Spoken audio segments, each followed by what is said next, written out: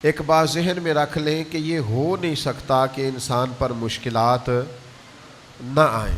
بہرحال مشکلات آئیں گی، یہ اچھوں پر بھی آتی ہے اور بروں پر بھی آتی ہے۔ صرف اتنا فرق ہوتا ہے کہ اچھوں پر آزمائش کے لیے آتی ہے اور میرے جیسے گناہگاروں کے لیے بعضوں کا سزا بن کے آتی۔ بہرحال آزمائش آتی ہے، دکھ، تکلیف، بیماری، مصائب، پریشانیاں یہ انسان کے ساتھ ساتھ چلتی ہیں۔ اب ہوتا یہ ہے کہ ہم مختلف قسم کے رویے آزمائش کے وقت ان کا ہم اظہار کرتے ہیں، ہماری مختلف حالتیں ہو جاتی ہیں جب آزمائش آتی۔ صرف سمجھنے کی بات یہ ہے کہ آزمائش تو بہرحال آئے گی، تو ہم نے کرنا کیا ہے؟ اب بہت سارے لوگ ان کو پتہ ہوتا ہے کہ گرمی کا موسم آ رہا ہے، تو اس سے پہلے وہ کیا کرتے ہیں؟ جن کے پاس سہولیات ہوتی ہے وہ اپنا اے سی ٹھیک کرا لیتے ہیں، اس کی ریپیرنگ کا کوئی کام کرنا ہو کرا لیتے ہیں، جن کو وہ میسر نہ ہو وہ پنکھوں کو صاف کر لیتے ہیں۔ کچھ لوگ سمجھتے ہیں کہ میرے پاس لباس سارا موٹا ہے تو میں باریک موسم کے مطابق لباس خرید لوں، بنوا لوں۔ سردی کا موسم آتا ہے تو ہم نے دیہاتوں میں دیکھا تھا کہ ہماری مائیں پرانی رضائیاں بھی نئے سرے سے تیار کرا لیتی تھیں، ان کی تیاری کرا لی جاتی تھی، تو پتہ ہوتا ہے کہ یہ موسم بہرحال آنا ہے۔ پھر حکومتیں بھی کچھ تدابیر کرتی ہیں، کچھ ویکسینیشنز ہوتی ہیں کہ یہ اس مرض کا اس موسم میں پھیلنے کا خطرہ ہے، تو کیا کیا جائے؟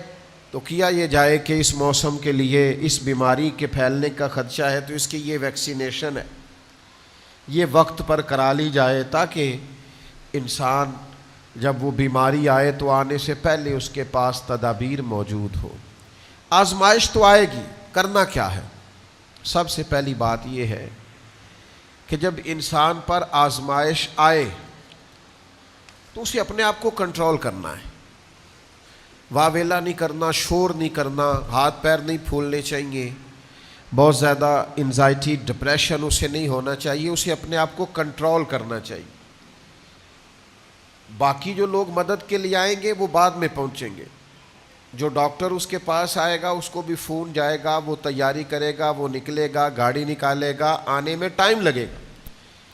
اس کے پاس اگر ریسکیو والی ٹیمیں آئیں گی تو وہ بھی ٹائم، سب سے پہلے اس سے ذہنی طور پر مشکل کے آتے ہی اسے یہ دیکھنا چاہیے کہ میرا اپنا کنٹرول لیول کس طرح کا ہے۔ اسے اپنے آپ کو بہت اعتماد میں رکھنا ہے، تحمل میں رکھنا۔ مشکل آ گئی ہے، اب یہ فوراً نہیں جائے گی۔ ایک اصول سمجھ لیں کہ نبی پاک علیہ السلام نے فرمایا کہ صبر وہ ہے جو پہلے صدمے کے وقت کیا جاتا ہے، جو عین مصیبت جب آئے اس وقت جو لوگ صبر کرتے ہیں اس کو صبر کہا جاتا ہے۔ جس کو ہفتے کے بعد آیا وہ صبر نہیں، وہ تو زخم ہی ٹھیک ہو گیا ہے۔ جس نے 1 مہینے کے بعد کہا ہے مجھے صبر آ گیا ہے، تو وہ تو اب تو زخم ہی مندمل ہو گیا، اب تو وقت نے مرہم پٹی کر دی۔ تو سب سے پہلی بات یہ دیکھیے کہ خود پر آپ کو کتنا قابو حاصل ہے، آپ نے خود کس طرح کا رویہ کرنا ہے۔ آپ بالکل پریشان ہو رہے ہیں، آزمائش میں آ رہے ہیں، ہاتھ پیر پھول رہے ہیں، تو اس سے آپ اور زیادہ پریشان ہو جائیں گے۔